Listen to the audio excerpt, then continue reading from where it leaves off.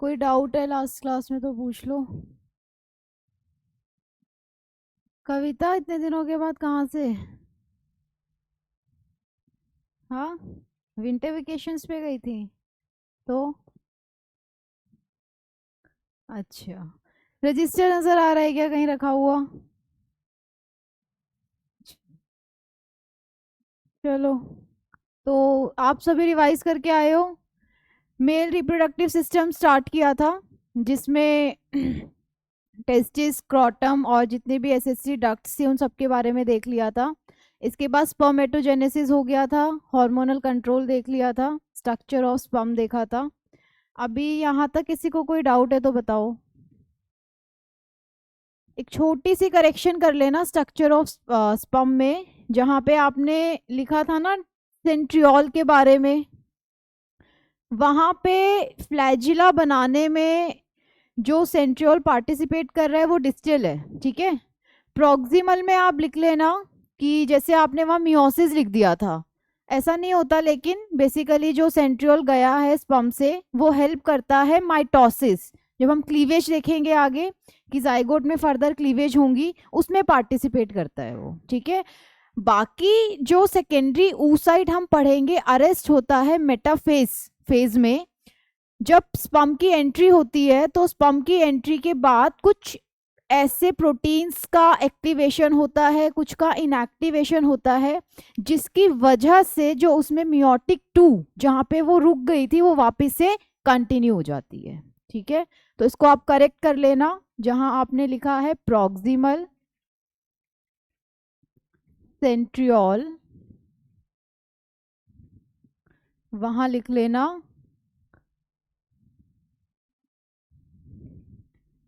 Eight the time of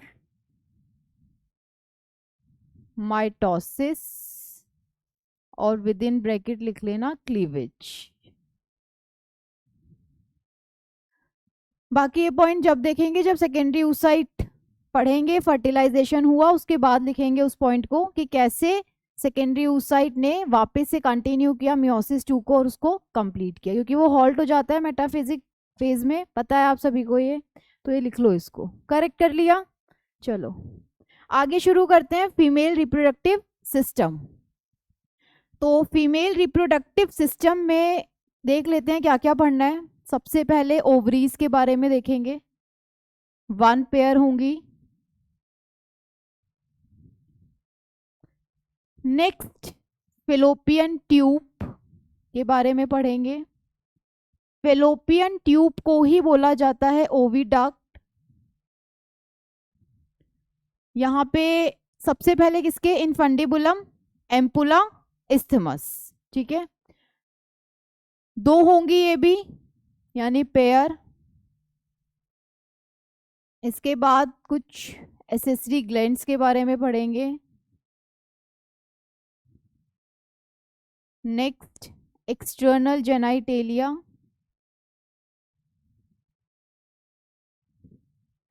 external genitalia को और क्या बोल सकते हैं, वल्वा भी बोला जा सकता है। यहाँ पे पढ़ना है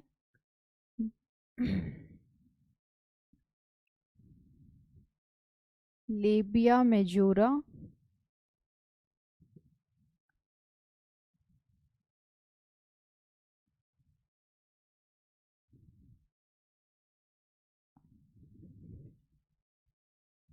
एंड हाइमन।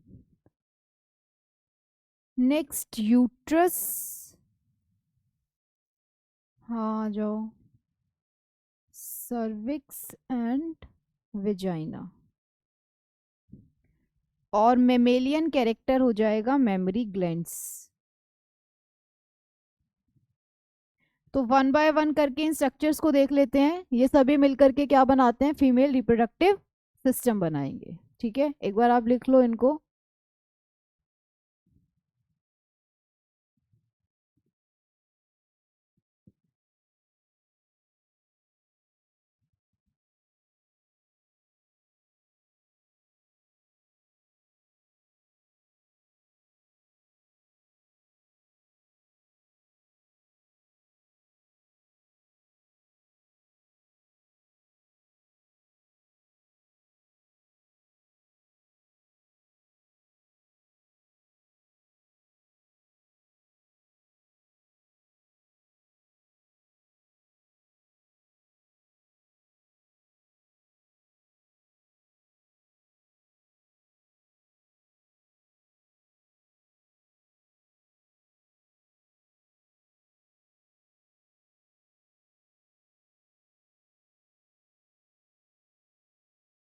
लिख लिया आपने? ठीक है, ओवरी से स्टार्ट करते हैं इसमें, या फिर चलो यहीं से करते हैं, ओवरीज। प्राइमरी सेक्स ऑर्गन है ओवरी। प्राइमरी सेक्स ऑर्गन इसको किस लिए बोला गया? क्योंकि गेमिट्स बनेंगे यहाँ पे। नेक्स्ट फंक्शन क्या हो जाएगा इसका? प्रोडक्शन ऑफ गेमिट, यानी कि ओवा। इसके बाद कुछ हॉर्मोन्स भी सिक्रीट होंगे यहाँ से, कौन कौन से? हॉर्मोन सिक्रीटेड, सबसे इंपॉर्टेंट होगा ईस्ट्रोजन। नेक्स्ट प्रोजेस्टेरॉन, और भी है क्या, या सिर्फ यही है?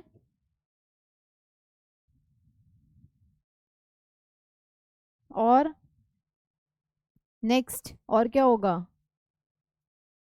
हम्म, एलएचसी?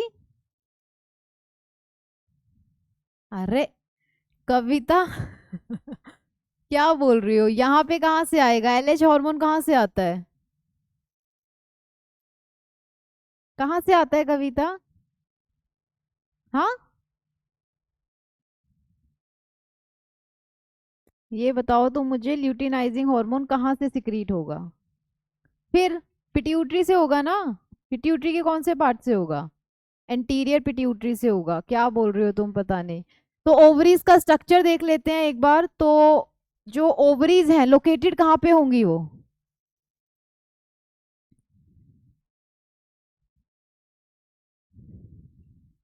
बताओ।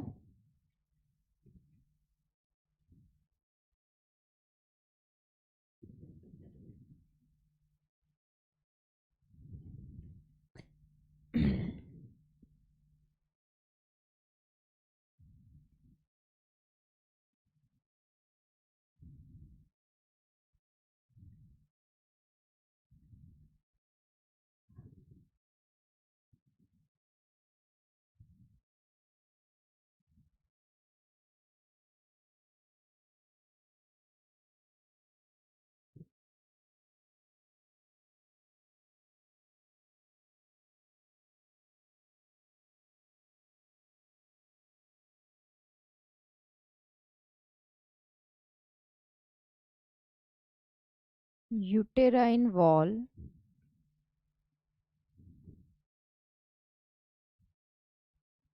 पेल्विक वॉल,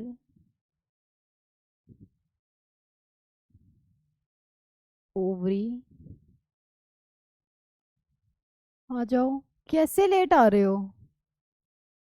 रोड बनता कहाँ? अच्छा, ओवेरियन लिगामेंट,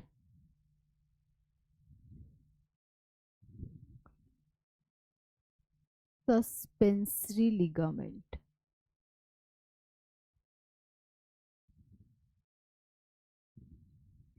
पेल्विक रीजन में होगी, तो आप ये ध्यान रखोगे कि जो ओवरी है वो पेल्विक वॉल से अटैच होगी बाय सस्पेंसरी लिगामेंट, और ओवरी यूटेराइन वॉल से अटैच होगी बाय ओवेरियन लिगामेंट। ठीक है।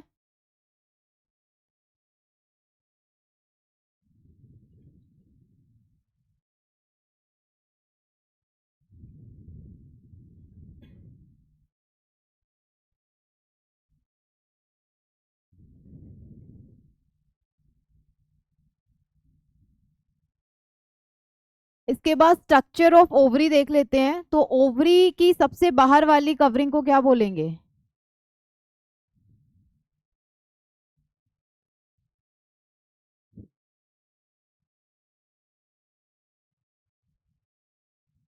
हाँ, नहीं, बाहर वाली लेयर ना। जैसे हमने टेस्टिस के केस में पढ़ी थी, सबसे बाहर वेजिनेलिस, फिर एल्ब्यूजीनिया। सेम यहाँ पे क्या होगा ओवरी के केस में?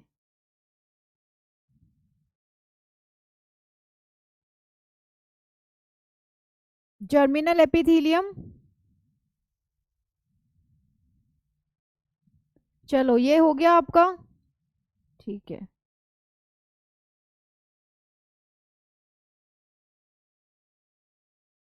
स्ट्रक्चर ऑफ ओवरी यहाँ पे देख लेते हैं। सबसे पहले जर्मिनल एपिथीलियम,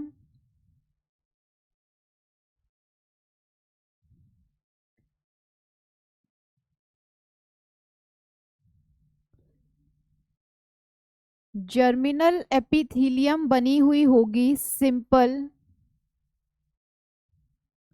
एपिथीलियम से, यानी यहाँ पे प्रेजेंट होंगे क्यूबॉइडल सेल्स, क्यूबॉइडल सेल्स। अब देखो इसका नाम जर्मिनल रखा गया है, इसका नाम जर्मिनल बेसिकली इसलिए रखा गया कि पहले माना जाता था कि यही germinal epithelium is give rise to ova, but ऐसा नहीं है, ठीक है। यानी आप ये ध्यान रखोगे, ऑल्दो इसका नाम जर्मिनल एपिथीलियम है but it doesn't give rise to ova, ova यहाँ से नहीं बनेंगे। तो ये पॉइंट भी आप लिख लेना यहाँ पे, does not give rise to ova. इसके बाद नेक्स्ट देख लेते हैं,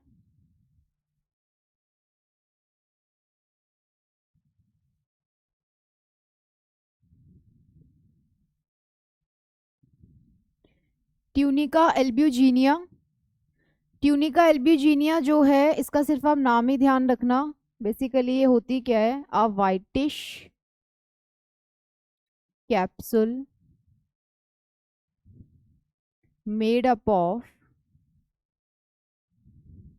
dense irregular connective tissue।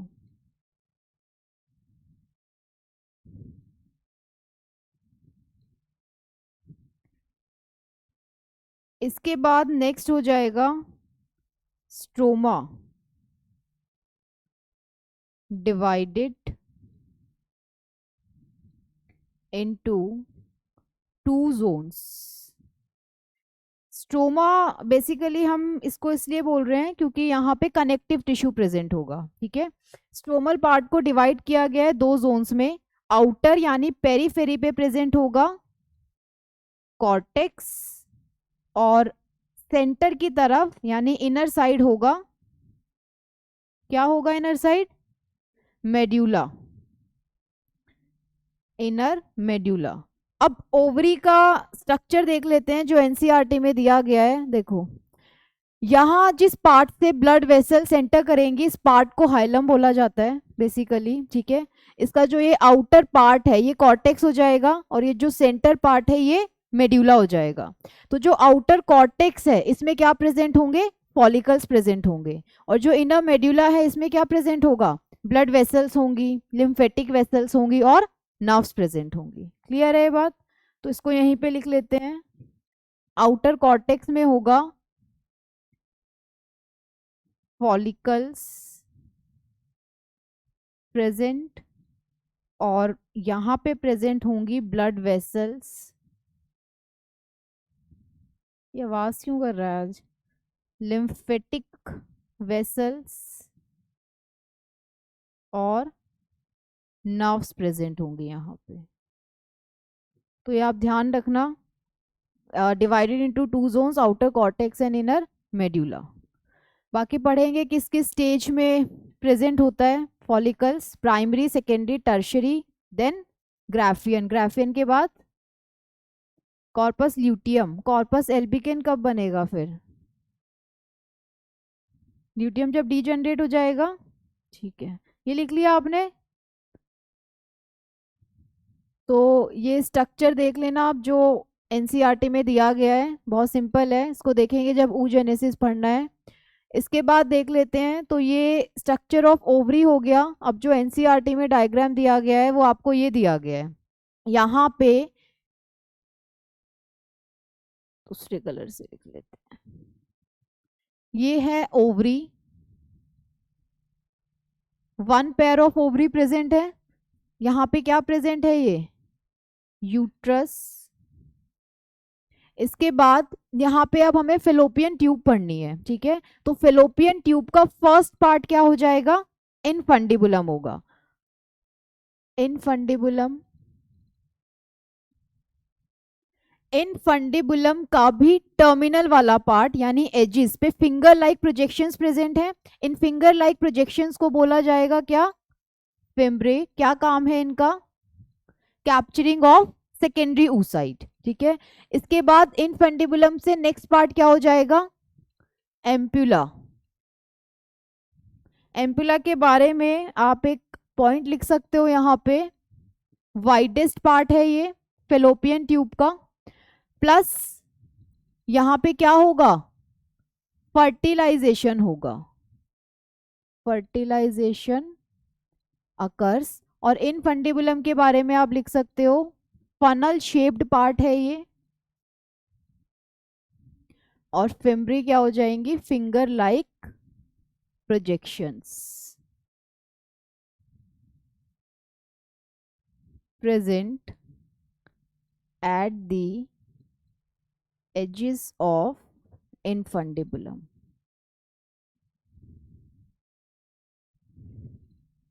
काम क्या होता है इनका, फॉर कैप्चरिंग ऑफ, आप ऊसाइट भी लिख सकते हो बट करेक्ट ये रहेगा लिखना, for capturing of secondary oocyte. ठीक है, इसके बाद आगे की तरफ चलते हैं। तो एम्पुला से नेक्स्ट पार्ट क्या हो जाएगा, इस्थमस।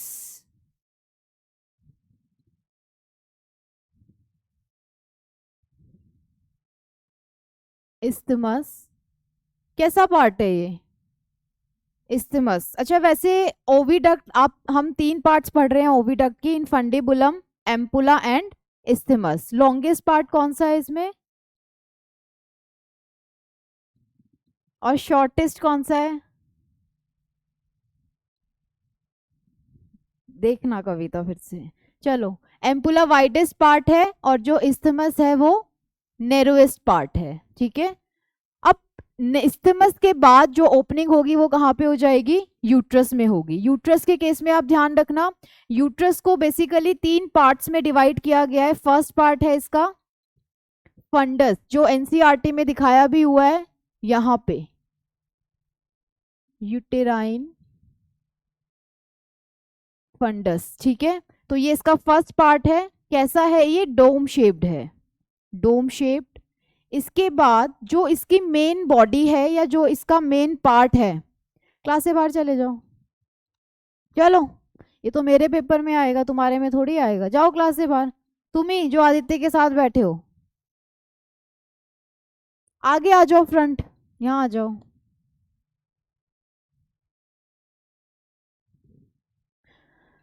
तो आप ध्यान रखना, 1 पेयर ऑफ ओवरी है, इसके बाद यूटेराइन सॉरी फेलोपियन ट्यूब है, या फेलोपियन ट्यूब को ओविडक्ट भी बोला जा सकता है।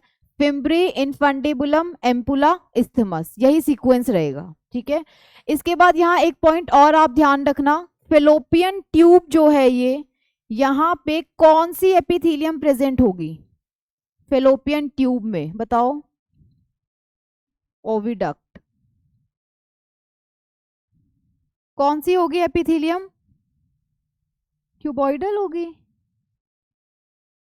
Ciliated columnar epithelium. इसके बाद एक पॉइंट और ध्यान रखना यहाँ पे, पेरिस्टेल्टिक। देखो यहाँ पे भी हम लेयर्स नहीं पढ़ते, बट यहाँ पे आपको पता होना चाहिए, सबसे अंदर वाली लेयर की अगर हम बात करें तो वहाँ पे सीलिया होंगे, सीलिएटेड कॉल्यूमनार होगी, उसके ऊपर मस्क्यूलरिस लेयर होती है जिसमें स्मूथ मसल्स होती हैं। तो एक क्वेश्चन पूछा जाता है कि फेलोपियन ट्यूब में जो ओवा का मूवमेंट होता है, या फिर आप बोल सकते हो जो फर्टिलाइज्ड ओवम का जो मूवमेंट होगा वो किसकी हेल्प से होगा, सीलिएटेड, सीलिया हेल्प करेंगे, प्लस पेरिस्टेल्टिक मूवमेंट की हेल्प से होता है। अब पेरिस्टेल्टिक वर्ड अगर यहाँ पर आ गया है तो यानी कि यहाँ पर क्या प्रेजेंट होंगी, स्मूथ मसल्स की बात हो रही है। क्लियर है ये बात, तो ये पॉइंट भी लिख लेते हैं, peristaltic movement plus cilia helps to propel the ova, या फिर आप लिख सकते हो fertilized ova towards uterus।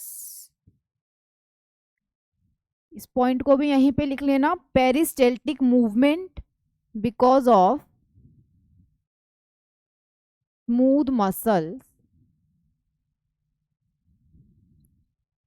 Present in oviduct.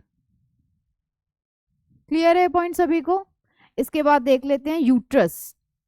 Uterus का देखो फर्स्ट पार्ट हो जाएगा फंडस, जो एनसीईआरटी में लेबल किया गया है, डोम शेप्ड है। इसके बाद जो इसका मेन पार्ट है ये इसको क्या बोला जाएगा, बॉडी, यानी ये मेन पार्ट होगा इसका। नेक्स्ट पार्ट होगा यूट्रस का सर्विक्स, यहाँ पे मेंशन किया हुआ है एनसीईआरटी में, सर्विक्स। क्लियर है यहाँ तक? तो ये इसका लास्ट पार्ट हो जाएगा। अब एक मिनट रुकना, इसकी देखो लेबलिंग बहुत इंपॉर्टेंट है, वैसे यहीं से क्वेश्चन पूछा जाता है।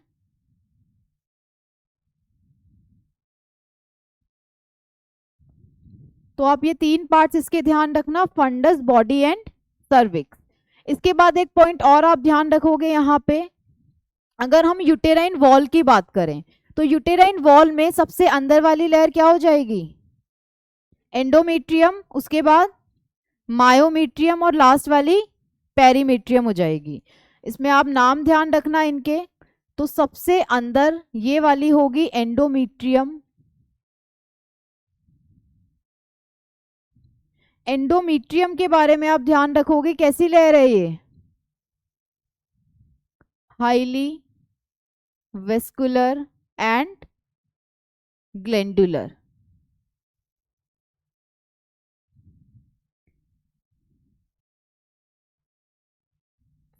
Cyclical changes cause menstrual flow, यानी जो मेंस्ट्रुएशन के लिए रिस्पॉन्सिबल है बेसिकली, उस टाइम पर कौन सी लेयर शेड होती है, एंडोमेट्रियम शेड होती है। इसके बाद नेक्स्ट लेयर कौन सी हो जाएगी, मिडिल वाली,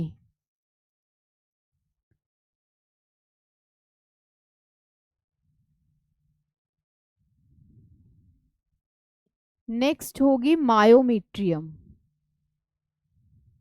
किससे बनी हुई है ये, मायोमेट्रियम। क्या आप पढ़ के नहीं आए हो, या तो रिस्पॉन्ड नहीं करना चाहते हो, कुछ बोल ही नहीं रहे हो। स्मूथ मसल प्रेजेंट होगी यहाँ पे, स्मूथ मसल। क्या फंक्शन है इसका, बताओ,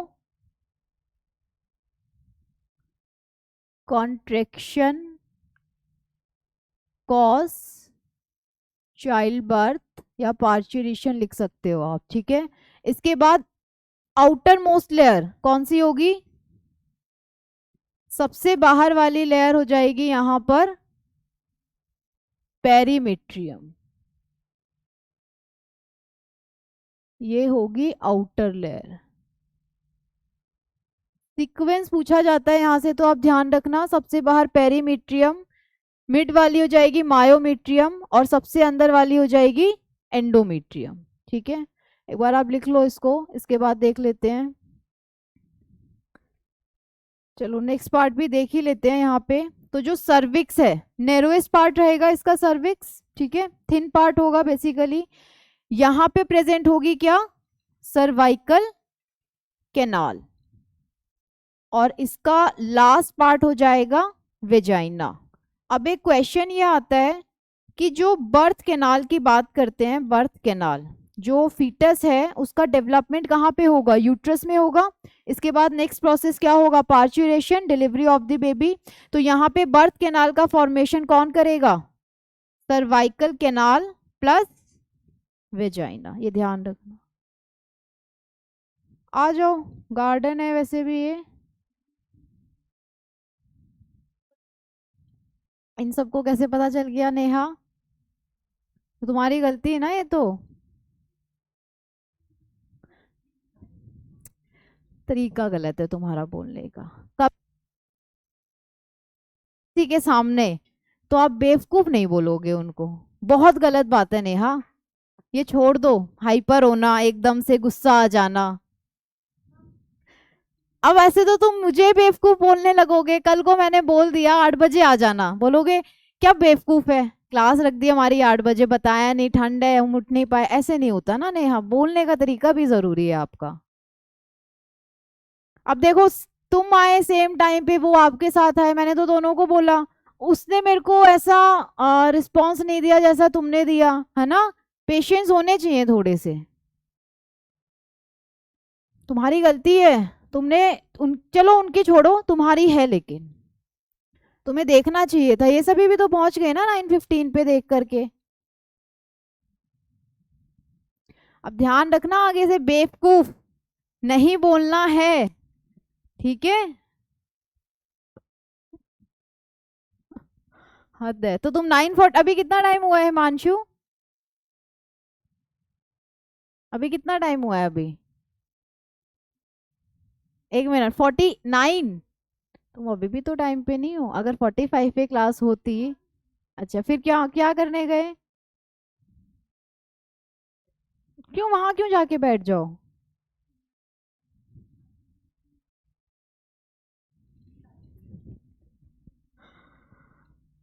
तो आप सभी को कैसे पता चला?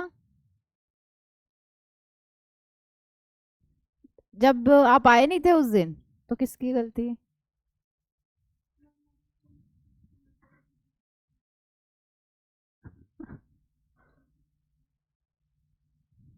तुम्हारी भी गलती है। जब तुम आते नहीं ना सैटरडे को, तो एक बार पूछ लिया करो किसी फ्रेंड से कि क्या कुछ इंपॉर्टेंट बताया। हाँ, फिर उसने अगर तुम्हें नहीं बताया कॉल पे, फिर उसकी गलती है। पर ये तुम्हारा तरीका सही नहीं था कि बेवकूफ है। ठीक है, आगे से नहीं होना चाहिए ऐसा, सुधार लो इस चीज को। चलो, तो यूट्रस में आप ध्यान रखना, बाहर पेरीमीट्रियम, देन मायोमीट्रियम, उसके बाद एंडोमीट्रियम हो जाएगी, इसके बाद सर्विक्स होगा, सर्वाइकल केनाल होगा और विजाइना होगा। एक टर्म और आता है OS, internal OS and external OS. OS का क्या मतलब है? बेसिकली ओपनिंग को बोलते हैं हम, ठीक है। ओपनिंग को बोला जाता है ओएस। तो आप एक चीज ध्यान रखोगे, सर्वाइकल केनाल की जो यूट्रस की तरफ ओपनिंग है, इसे इंटरनल ओएस बोलेंगे, और सर्वाइकल केनाल की जो विजाइना की तरफ ओपनिंग है, इसे एक्सटर्नल ओएस बोलेंगे। बस इतना और यहाँ पे लेबल कर लेते हैं। तो यहाँ पे प्रेजेंट होगा इंटरनल ओएस, ओएस का मतलब ओपनिंग, और यहाँ पे दिखा देते हैं एक्सटर्नल ओएस।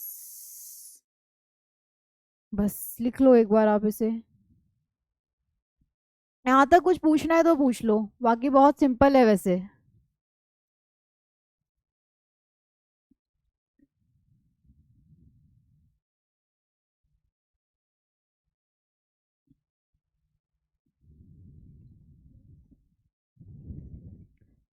इसको आप मेंशन कर सकते हो यूटेराइन कैविटी, और यहाँ पे आप एक टर्म और लिख सकते हो यूट्रस। यूट्रस को और क्या बोल सकते हैं? और एक बार एक क्वेश्चन आया था एग्जाम में, हिस्टेरेक्टोमी क्या मतलब है इसका? सर्जिकल रिमूवल ऑफ यूट्रस, ये भी लिख लेना, सर्जिकल रिमूवल ऑफ यूट्रस।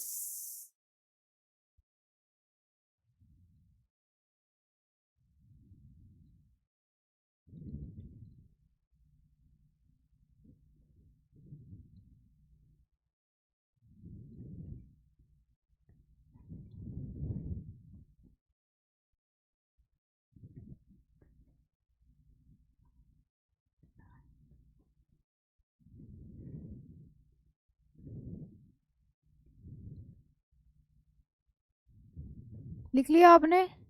कुछ पूछना है पूछ लो यहाँ तक।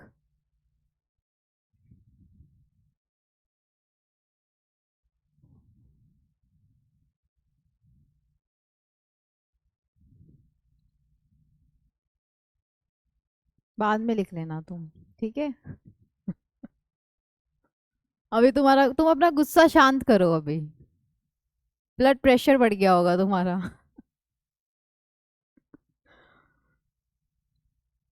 सुबह उठते ही गुस्सा, बताओ ऐसा होता है कभी? सुबह उठते ही गुस्सा आ जाता है, सुबह उठते ही। तुम चाय कॉफी मत पिया करो, तुम कोल्ड कॉफी पी के आया करो, ठीक है। थोड़ा ठंडा रहेगा तुम्हारा माइंड। चलो, कुछ पूछना है यहाँ तक आपको? आगे देख लेते हैं। इसके बाद फेलोपियन ट्यूब्स की बात हो चुकी है, यूट्रस हो गया। हाँ जी, आपको भी बेवकूफ बोलना है किसी को? क्लास शुरू हुए पता है कितना टाइम हो गया है? 40 मिनट्स। रिकॉर्डिंग हो गई है 30 मिनट्स की। और कितना टाइम और रहता है? 30 मिनट्स और बचे हैं बस। कैसे लेट हो गए? सैटरडे को आए थे? सैटरडे को आए थे, फिर कैसे तुम लेट हो गए? अरे बाकी सभी को तो बताया गया था, अनाउंसमेंट हुई थी क्लास में। आप कैसे लेट हुए? कि सोचा हो बहाना बना ही दूंगा, बहाना तो मिला ही हुआ है, लेट चलता हूं आज। आदित्य यहाँ पहुंच गया तुम्हारा बेस्ट फ्रेंड, तुम कैसे नहीं पहुंचे? ऐसा तो होगा नहीं तुम्हारी और सैटरडे से बात ही ना हुई हो आदित्य से, ट्यूसडे आ गया है। अब ध्यान रखना, इस पूरे वीक यही टाइमिंग है 9:15। ठीक है, नेक्स्ट वीक हो जाएगी, एक बार फिर भी चेक कर लेना सैटरडे को, बट नेक्स्ट वीक 9:45 हो जाएगी, ध्यान रखना आप। चलो इसके आगे देख लेते हैं। यूट्रस एनसीईआरटी का डायग्राम हो गया। एक और डायग्राम एनसीईआरटी ने दिया हुआ है, इसको भी आप ध्यान रखना, इसकी लेबलिंग आप ध्यान रखोगे एक तरीके से। तो यहाँ पे सर्विक्स दिखाया हुआ है, रेक्टम। देखो बेसिकली 3 ओपनिंग्स होती हैं, एक ओपनिंग एनस की होगी, ठीक है। उसके बाद नेक्स्ट ओपनिंग क्या हो जाएगी? Vaginal orifice. और नेक्स्ट ओपनिंग क्या हो जाती है? Urethral orifice. वहां पे जब आपने पढ़ा था मेल्स के केस में, तो जो यूरेथ्रा था वही कैरी कर रहा था यूरिन को एज वेल एज सीमन को। यहाँ पर यूरिनल ओपनिंग अलग है और वेजाइनल ओपनिंग अलग है, तो यहाँ पे 3 ओपनिंग्स प्रेजेंट होती है। ये समझ आ जाएगा आपको। एक बार एक्सटर्नल जेनाइटेलिया देख लेते हैं। तो यहाँ पे एक डायग्राम बनाते हैं, आप बना लेना साथ ही उसको।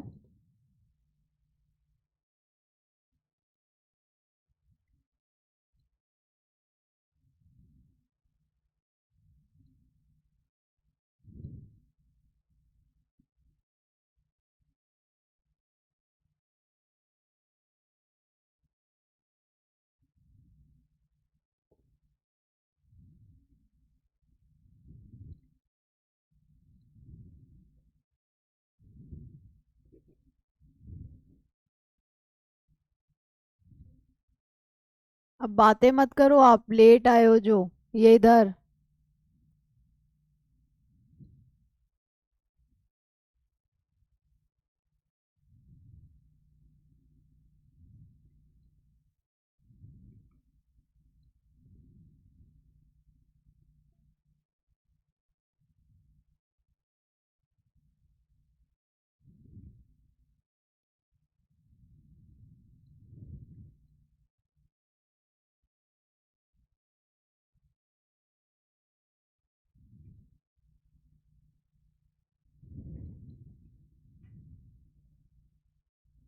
चलो एक्सटर्नल जेनाइटेलिया की बात करते हैं। तो एक्सटर्नल जेनाइटेलिया को वल्वा भी बोला जा सकता है।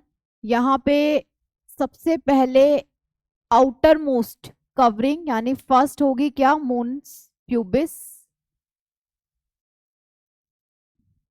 Composed of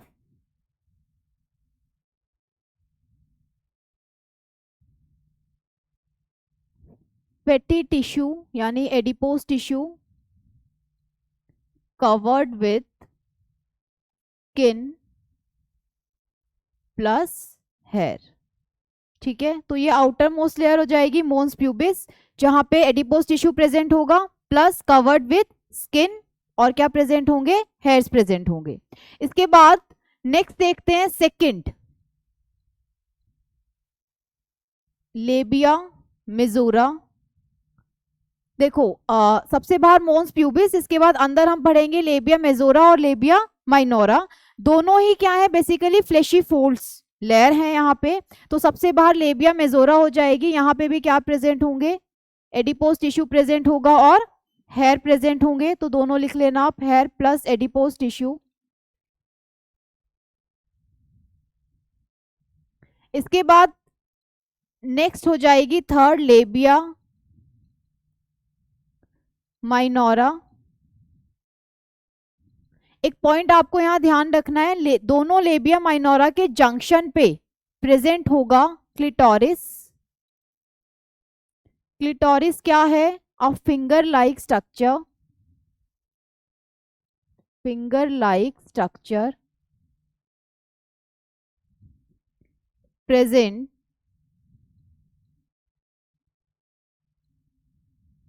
at the junction of two labia minora।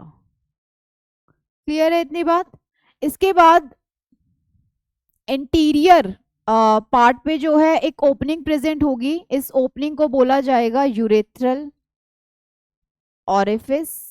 Orifice का मतलब समझते हो ना, एक्सटर्नल ओपनिंग, तो उसको हम क्या बोलते हैं? ऑरिफिस बोलते हैं। यूरेथ्रल ओपनिंग बोल रहे हैं यानी कैरी करेगी यूरिन को। नेक्स्ट ओपनिंग को बोला जाएगा वेजाइनल ऑरिफिस। वेजाइनल ऑरिफिस यानी ये ओपनिंग है टूवर्ड्स वेजाइना, ठीक है। अब एक लेयर आप यहाँ पे पढ़ते हो हाइमन, वेस्कुलर लेयर है। हाइमन जो है वो पार्शियली कवर करके रखती है, पार्शियली कवर्स दी वेजाइनल ऑरिफिस। फिर आप लिख सकते हो पार्शियली कवर्स दी वेजाइना, यानी जो वेजाइनल ऑरिफिस है उसको पार्शियली कवर करके रखेगी। अब जनरली जो हाइमन है इट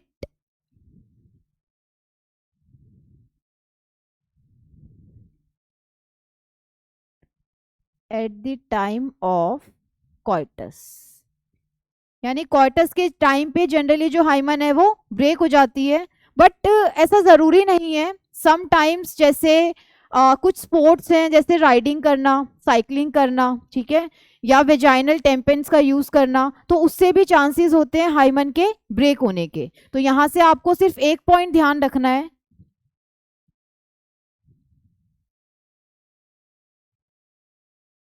ओफन ब्रेक्स, और यहां से आप ध्यान रखना ब्रेक डाउन ऑफ हाइमन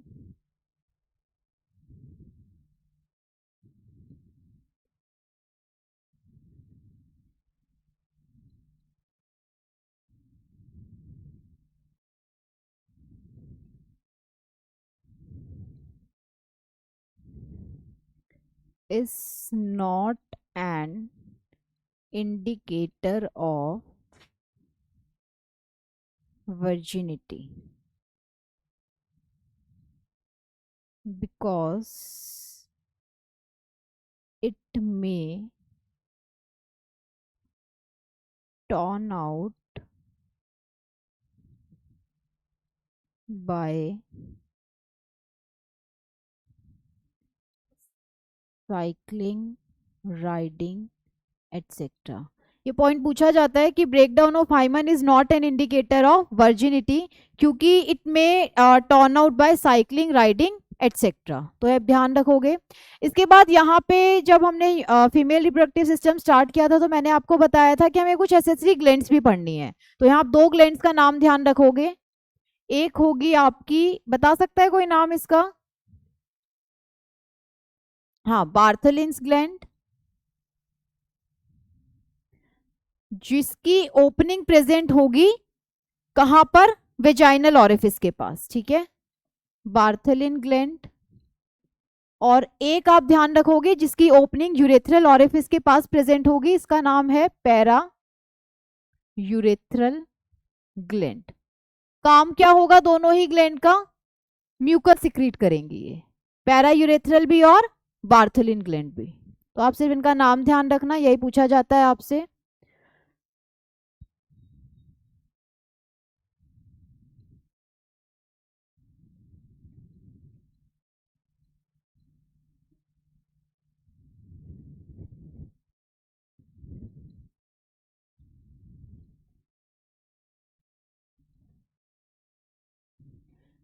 यहाँ तक कुछ पूछना है तो पूछ लो।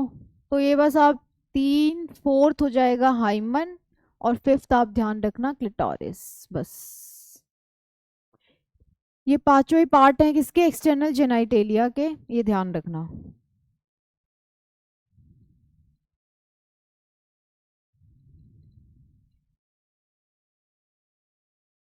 कुछ पूछना है तो पूछ लो यहाँ तक।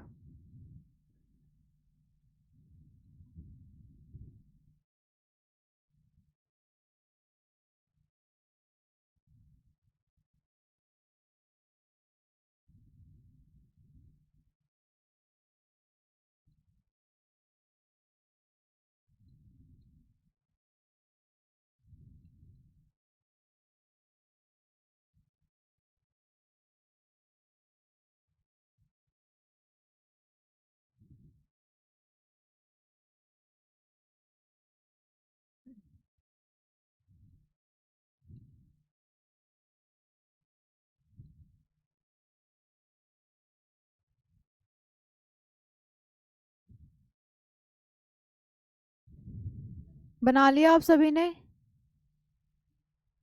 अब एनसीईआरटी का डायग्राम देख लेते हैं इसके बाद, ये वाला। तो ये आप ध्यान रखोगे, यहाँ पे आपको दिखाया हुआ है सर्विक्स, इसके बाद रेक्टम दिखाया हुआ है, देन सर्विक्स से नीचे वाला पार्ट क्या हो जाएगा, वेजाइना, और ये जो कैनाल है ये सर्विकल कैनाल हो जाएगी। इसके बाद रेक्टम की ओपनिंग क्या हो जाएगी, एनस हो जाएगी, ठीक है। वेजाइनल ऑरिफिस दिखाया हुआ है, वेजाइना की ओपनिंग हो जाएगी। इसके बाद देखो एक्सटर्नल जेनाइटेलिया के बारे में दिखाया गया है यहाँ पे, यूरेथ्रा की ओपनिंग क्या हो जाएगी, यूरेथ्रल ऑरिफिस हो जाएगी। देन क्लिटोरिस दिखाया गया है, finger like structure, labia minora majora दिखाया हुआ है यहाँ पे। तो अब लेबलिंग ध्यान रखोगे। प्यूबिक सिम्फाइसिस सभी को पता है क्या है, क्या है, किससे बना हुआ है, कौन सी कार्टिलेज थी, फाइब्रस कार्टिलेज थी। यूरिनरी ब्लैडर दिखाया हुआ है और यूट्रस दिखाया हुआ है। तो इसकी लेबलिंग ध्यान रखना आप। जनरली ये वाला डायग्राम नहीं पूछा जाता, आपसे ये वाला पूछा जाएगा अगर लेबलिंग को लेकर के क्वेश्चन पूछा गया तो एक्सटर्नल जेनाइटेलिया हो गया। इसके बाद मेमोरी ग्लैंड्स देख लेते हैं। तो मेमोरी ग्लैंड्स में आप ध्यान रखोगे 1 पेयर होंगी, ये भी 1 पेयर। नेक्स्ट पॉइंट आप ध्यान रखोगे, they are modified sudoriferous. Sudoriferous gland कौन सी है, स्वेट ग्लैंड्स हैं, स्वेट ग्लैंड्स। ये मॉडिफिकेशन है किसका, स्वेट ग्लैंड्स का, डेट सिक्रीट, यहाँ पे मत लिखो इसको, यहीं पे लिखो, modified sudoriferous gland secrete milk. Next point आप यहां ध्यान रखना, characteristic feature, characteristic feature of all female mammals. क्योंकि जब आपने मैमल्स मेमेलिया पढ़ा था एनिमल किंगडम में, तो वहां पे पढ़ा था ना कैरेक्टरिस्टिक फीचर क्या है इनका, प्रेजेंस ऑफ मैमरी ग्लैंड्स। इसके बाद यहाँ से जो क्वेश्चन पूछा जाता है, आपको यहाँ सीक्वेंस ध्यान रखना होता है। सीक्वेंस कोई बता सकता है मुझे, मिल्क प्रोडक्शन कहाँ पे होगा, इसके बाद क्या सीक्वेंस रहेगा मिल्क का, कौन कौन सी बेसिकली ट्यूब्यूल्स होंगे या कौन कौन सी डक्ट्स यहाँ पे प्रेजेंट होगी। स्टार्टिंग से स्टार्ट करो, लोब्स होंगे इनिशियली। एक मेमोरी ग्लैंड की बात करते हैं, 1 पेयर ऑफ मेमोरी ग्लैंड है। एक मेमोरी ग्लैंड में 15 to 20 क्या प्रेजेंट होंगे, लोब्स प्रेजेंट होंगे। एक लोब में बहुत सारे लोब्यूल्स होंगे। अब लोब्यूल्स जो हैं उसमें ग्रेप लाइक स्ट्रक्चर, जैसे आपने ग्रेप देखा है तो कैसे क्लस्टर्स में होते हैं उसमें, तो एक लोब्यूल में ग्रेप लाइक स्ट्रक्चर प्रेजेंट होगा जिसे हम क्या बोलेंगे, एल्वियोलाई बोलेंगे। एल्वियोलाई में मिल्क सिक्रीटिंग सेल्स प्रेजेंट होंगे, ठीक है। अब आगे बताओ क्या होगा।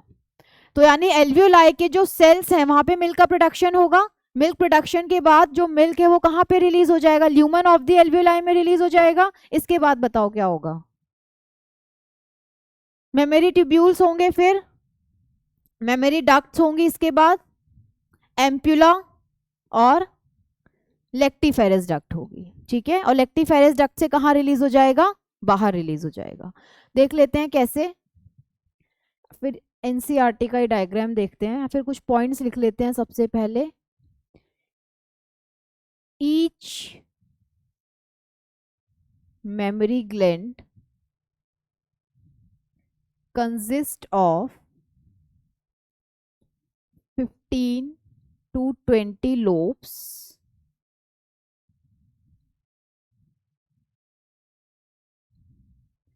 Lobes consist of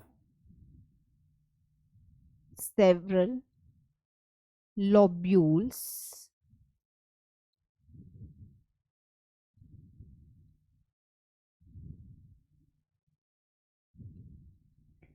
Grape-like structure consist of alveoli.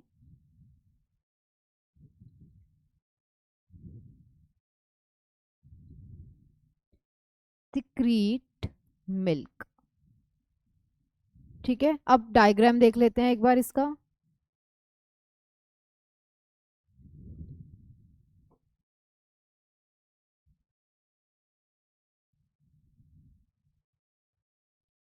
Clear है यहाँ तक? चलो, तो आप बना भी सकते हो।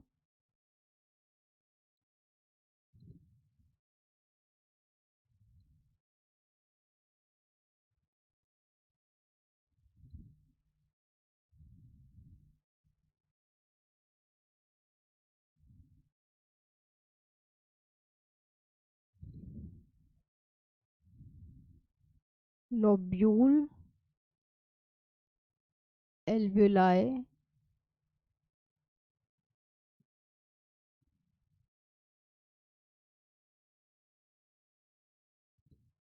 एल्व्यूलाई में प्रेजेंट होंगे मिल्क सिक्रीटिंग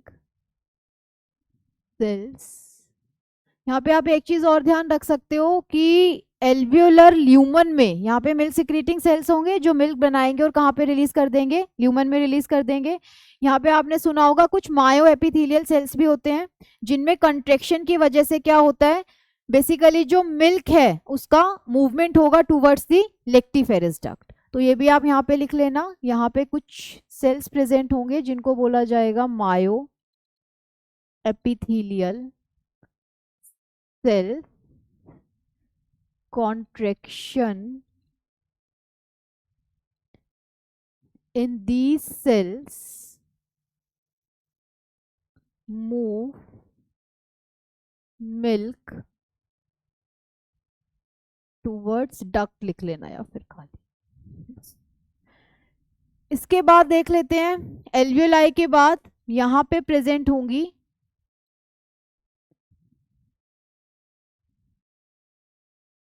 मेमोरी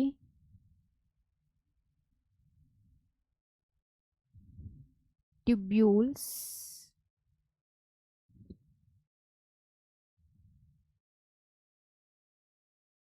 नेक्स्ट हो जाएगा मेमोरी डक्ट,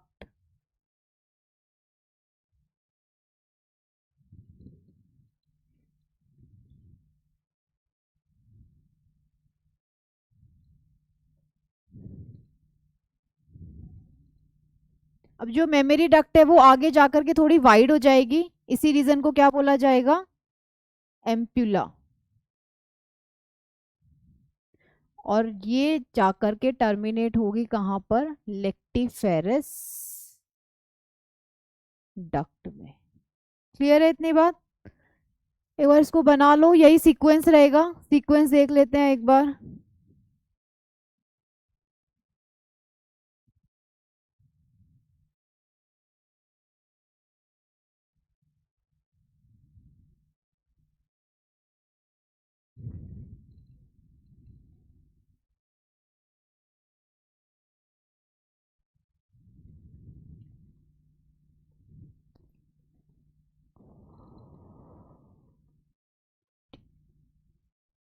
बना लिया आप सभी ने? अब ये एनसीईआरटी का डायग्राम है, देखो आप एक चीज ध्यान रखना, रिप्स दिखाई हुई है, ये मसल बिटवीन रिप्स दिखाई हुई है, ईआईसीएम आईआईसीएम की बात की हुई है। जो बेसिकली मेमोरी ग्लैंड से वो अटैच होती हैं किससे, पेक्टोरेलिस मेजर मसल से, ठीक है। एक और मसल होती है उसका नाम नहीं दिया हुआ, तो आप सिर्फ पेक्टोरेलिस मेजर मसल का ही नाम ध्यान रखोगे। इसके बाद देखो जो मेमोरी ग्लैंड है वहां पे किसका डिपोजिशन होगा, एडिपोज टिश्यू का डिपोजिशन होगा। तो जो बाहर वाला स्ट्रक्चर है इसको बोला जाता है क्या, निप्पल। और इसके बाद जो सर्कुलर थोड़ा पिगमेंटेड सा स्ट्रक्चर होता है उसको क्या बोला जाता है, एरियोला बोला जाता है। तो यहाँ पे आप चाहो तो लिख भी सकते हो सर्कुलर पिगमेंटेड पोर्शन। अब नेक्स्ट देखो यहाँ पे बहुत सारे क्या प्रेजेंट होंगे, लोब्स प्रेजेंट होंगे। अब लोब्स के अंदर बहुत सारे क्या प्रेजेंट होंगे, लोब्यूल्स प्रेजेंट होंगे। तो लोब्स का नंबर दिया गया, आप ध्यान रखना 15 to 20 लोब्स होंगे। इसके बाद एक लोब में बहुत सारे लोब्यूल्स प्रेजेंट होंगे। तो यहाँ पे आपको लोब्यूल्स दिखाए गए हैं। अब एक लोब्यूल में ग्रेप लाइक स्ट्रक्चर प्रेजेंट होगा जिसको क्या बोला जाएगा, एल्वियोलाई बोला जाएगा। इसीलिए यहाँ पे लिखा गया मेमोरी एल्वियोलस लिखा गया इसको, ठीक है। यहाँ पे मिल्क का प्रोडक्शन होगा, मिल्क सिक्रीटिंग सेल्स होंगे, प्लस कुछ मायो एपिथेलियल सेल्स भी होते हैं। मायो एपिथेलियल सेल्स में कंट्रेक्शन होने की वजह से ही जो मिल्क है उसका मूवमेंट होगा, आगे की तरफ पुश करेंगे उसको। अब मेमोरी एल्वियोलाई के बाद यहाँ पे नेक्स्ट मेमोरी ट्यूब्यूल्स प्रेजेंट होंगे, वो नहीं इन्होंने दिखाए हुए हैं मेमोरी ट्यूब्यूल्स। इन्होंने सीधा नेक्स्ट स्ट्रक्चर दिखाया हुआ है क्या, मेमोरी डक्ट्स प्रेजेंट होंगी। मेमोरी डक्ट्स का यहाँ पे देखो मेमोरी डक्ट्स का आगे वाला पोर्शन थोड़ा सा वाइड हो जाएगा, इसी को क्या बोला जाएगा, एम्पुला बोला जाएगा। तो नेक्स्ट हो जाएगा एम्पुला। एम्पुला जो है वो ओपन हो जाएगा कहां पर, लेक्टिफेरस डक्ट में। और जो लेक्टिफेरस डक्ट है वो फर्दर आउटसाइड ओपन हो जाएंगे। क्लियर है बात सभी को। सीक्वेंस आप सिर्फ यहाँ पे ध्यान रखना। तो आप लिख सकते हो एल्वियोलाई, इसके बाद मेमोरी ट्यूब्यूल्स, नेक्स्ट हो जाएगा मेमोरी डक्ट,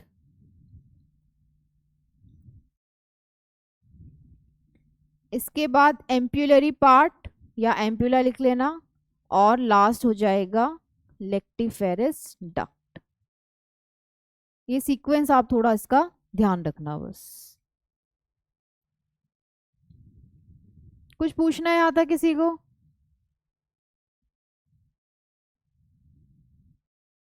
चलो। इसके बाद एक टर्म आता है लेक्टेशन। क्या मतलब है लेक्टेशन का,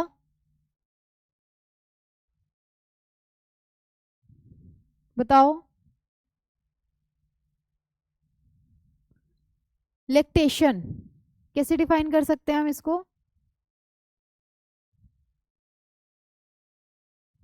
नहीं, मिल्क का सिंथेसिस होना, सिक्रीशन होना, इजेक्शन होना, तीनों को ही कलेक्टिवली क्या बोला जाता है, लेक्टेशन बोला जाता है। सिंथेसिस ऑफ मिल्क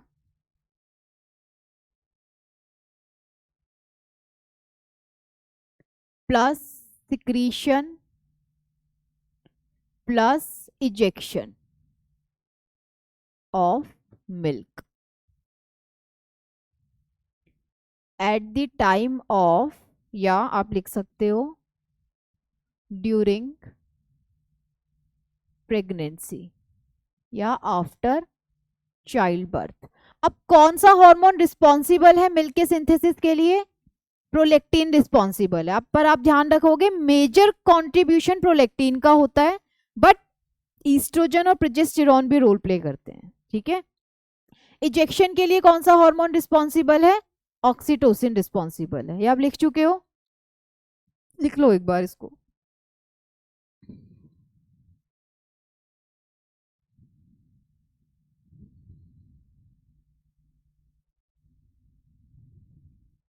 कुछ पूछना है किसी को यहाँ तक, लास्ट क्लास में मैंने आपको एनसीईआरटी रीड करने के लिए बोला था, कर ली थी आप सभी ने, कोई डाउट आया था तो आज जाकर के ये वाला पोर्शन रीड कर लेना जितना फीमेल रिप्रोडक्टिव सिस्टम में कवर हुआ है, ठीक है। तो नहीं पूछना तो oogenesis देख लेते हैं इसके बाद थोड़ा सा। बताओ oogenesis के बारे में, सबसे पहले स्पर्मेटोजेनेसिस और oogenesis में मेन डिफरेंस क्या है। स्पर्मेटोजेनेसिस स्टार्ट होती है एट प्यूबर्टी और oogenesis स्टार्ट कब हो जाती है, फीटल लाइफ में ही स्टार्ट हो जाती है, बिफोर बर्थ ही स्टार्ट हो जाती है। तो स्पर्मेटोजेनेसिस में आपने पढ़ा था इनिशियली स्पर्मेटोगोनिया होते हैं। स्पर्मेटोगोनिया डिफरेंशिएट होकर के क्या बना लेते हैं, प्राइमरी स्पर्मेटोसाइट्स बना लेते हैं। प्लॉइडी क्या होगी स्पर्मेटोगोनिया, अंचित आप बताओ, स्पर्मेटोगोनिया और प्राइमरी स्पर्मेटोसाइट की प्लॉइडी क्या होगी? 4n होगी, 3n होगी, 5n होगी, 6n होगी, क्या होगी? 2n का क्या मतलब है, क्या मतलब है डिप्लॉयड होने का? आदित्य तुम रहने दो, तुम मत बोलो, क्या मतलब है? 2 क्रोमोसोम होंगे। कैसे डिफाइन करोगे डिप्लॉयड को वैसे तुम? ऐसे बोलेंगे हम इसको, अगर हम डिप्लॉयड सिंपली तुमसे पूछा जा रहा है हेप्लॉयड का क्या मतलब है, डिप्लॉयड का, ट्रिप्लॉयड का, टेट्राप्लॉयड क्या मतलब है, कैसे बोलोगे? सेट्स बोलोगे, ध्यान रखना। 2 सेट्स ऑफ क्रोमोसोम, एक 23 पेयर इधर होंगे और 23 होमोलोगस क्रोमोसोम्स इधर होंगे। सेट्स बोला जाता है जब हम डिप्लॉयड हेप्लॉयड की बात करते हैं, ठीक है। जब हम पेयर्स की बात करते हैं, जैसे हमारे केस में 23 पेयर्स हो जाएंगे, 23 पेयर्स बोला जाता है क्योंकि होमोलोगस क्रोमोसोम्स हैं। और जब हम टोटल काउंट की बात करते हैं तो हम नॉर्मल बोलते हैं कितने क्रोमोसोम्स हैं, 46 क्रोमोसोम्स हैं। डिफरेंस पता है ना क्रोमैटिन और क्रोमोसोम्स में क्या होता है, क्या डिफरेंस होता है?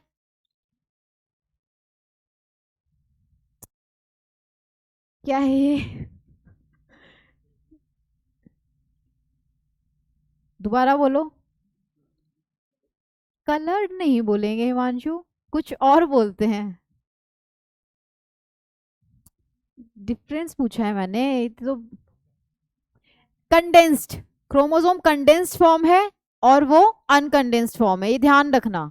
थ्रेड लाइक स्ट्रक्चर, खुला हुआ डीएनए है, वो पैक्ड है, ठीक है। और इसके बाद जरा मुझे बताना डिफरेंस क्रोमेटिड, क्रोमेटिड्स क्या होते हैं?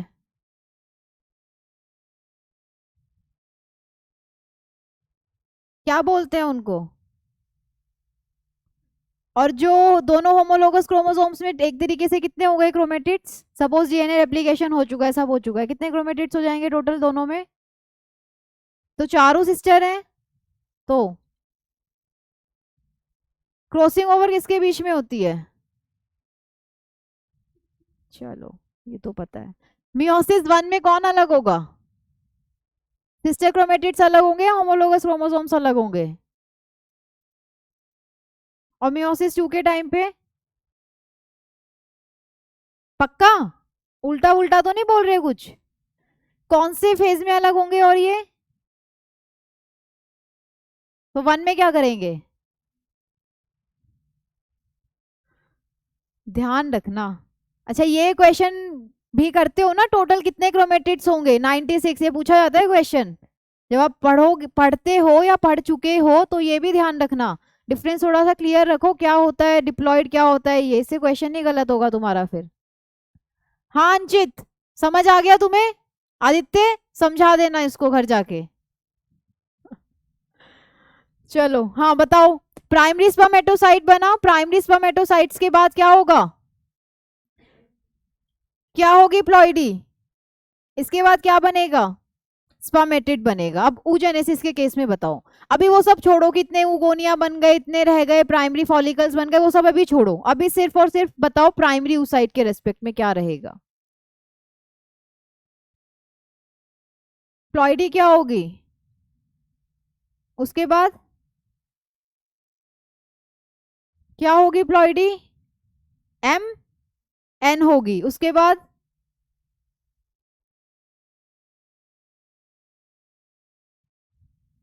कब बनते हैं प्राइमरी oocytes?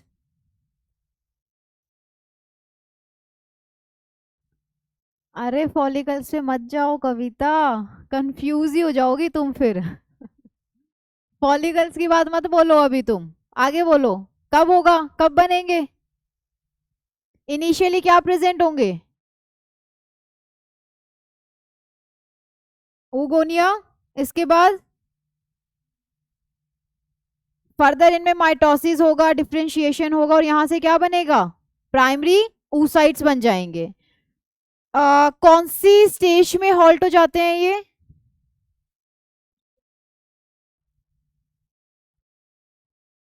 इतना डिटेल में नहीं जाते हैं, प्रोफेज पे बात करते हैं।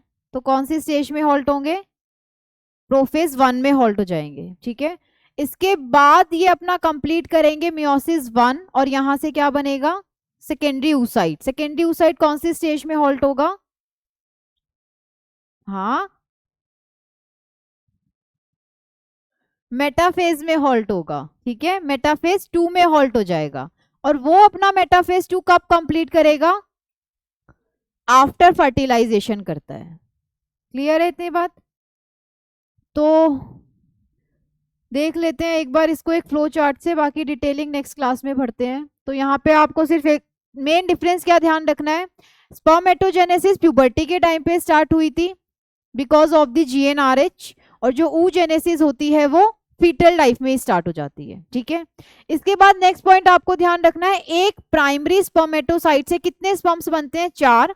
बट एक प्राइमरी oocyte से कितने ओवा बनेंगे? एक ही बनेगा, तो बाकी 3 क्या बनेगी? पोलर बॉडीज बनती हैं। डिफरेंस क्या होता है पोलर बॉडीज और ओवा में? मेजॉरिटी जो साइटोप्लाज्म होता है पोलर बॉडी का, वो सभी किसके पास होता है? ओवा के पास होता है, ठीक है। देख लेते हैं एक बार थोड़ा सा। देखो इनिशियली क्या हुआ, ओगोनियम होंगे जिसकी प्लॉइडी 2n रहेगी। माइटोसिस स्टार्ट हो जाएगा कब? During early foetal life, which will give rise to primary oocytes। अब प्राइमरी oocytes के बाद मियोसिस 1 शुरू हो जाता है। कब शुरू हो जाता है? फीटल लाइफ में शुरू हो जाता है मियोसिस 1। बट यहाँ पे होता क्या है, बेसिकली जो प्राइमरी oocyte है वो फीटल लाइफ के टाइम पे हॉल्ट हो जाता है प्रोफेज में। वो अपना मियोसिस 1 कंप्लीट ही कब करता है? प्यूबर्टी के टाइम पे कंप्लीट करता है। तो जैसे ही वो अपना कंप्लीट करेगा मियोसिस 1, वहां से एक सेकेंडरी oocyte बनेगा और दूसरी फर्स्ट पॉलर बॉडी बनती है, ठीक है। पॉइंट आप ध्यान रखना। इसके बाद जो सेकेंडरी oocyte है वो अपना मियोसिस 2 शुरू कर देगा, बट वो मियोसिस 2 कब कंप्लीट करेगा? आफ्टर फर्टिलाइजेशन कंप्लीट करता है। ये 2 क्वेश्चन यहाँ से पूछे जाते हैं। इसके बाद हम बात करेंगे फॉलिकल्स की। क्या है डिफरेंस, बता सकता है कोई? फॉलिकुलर सेल्स में और ग्रेन्युलोसा सेल्स में क्या डिफरेंस होता है? पढ़ते हो ना आप, फॉलिकुलर सेल्स भी पढ़ते हो, फिर आप एक जगह लेबल करते हो, ग्रेन्युलोसा सेल्स भी लेबल करते हो, क्या मतलब है इनका?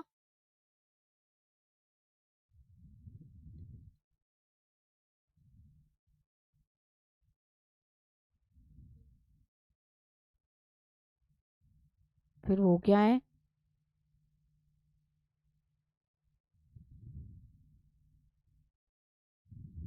सिंगल लेयर की जब हम बात करते हैं, शुरुआत की बात करते हैं, बिल्कुल जब सिंगल लेयर रहेगी तो हम फॉलिकुलर सेल्स बोलते हैं। जब वो मल्टी लेयर होते जाते हैं तो उसी को हम ग्रेन्युलोसा सेल्स बोलने लग जाते हैं, ठीक है। तो जो हम जो oocyte पढ़ेंगे उसकी बाहर वाली कवरिंग को क्या बोलेंगे? जोना पेल्यूसिडा बोलेंगे। किससे बनी हुई है बेसिकली? वो ग्लाइकोप्रोटीन इन नेचर है, ये आप ध्यान रखना, ग्लाइकोप्रोटीन्स प्रेजेंट होंगे वहां पे। तो जोना पेल्यूसिडा होगी, उसके बाहर क्या होगी?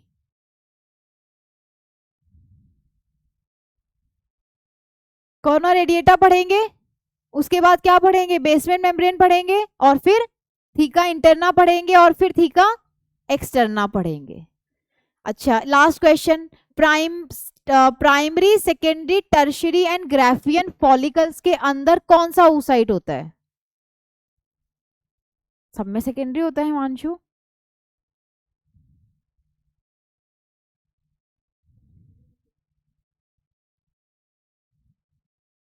पक्का?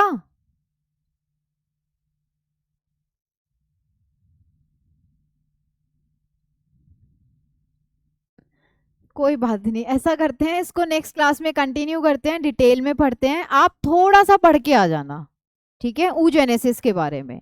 थोड़ा सा यही कॉम्प्लिकेटेड सा टॉपिक है इस चैप्टर में। एक oogenesis थोड़ा समझने का होता है, और आपका मेंस्ट्रुअल साइकिल थोड़ा सा समझने वाला पार्ट है। इसके बाद बहुत इजी है, फर्टिलाइजेशन, इम्प्लांटेशन, गेस्टेशन पीरियड और पार्चुरेशन पढ़ना है।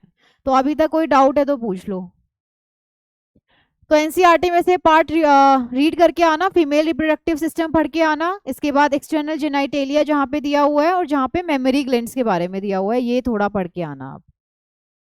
बाकी लास्ट में फिर ये जो इन्होंने एक टेबल दी हुई है जहाँ पे कंपेयर किया हुआ है स्पर्मेटोजेनेसिस और oogenesis को, उसको देख लेंगे। बाकी यहाँ तक कुछ पूछना है तो बताओ।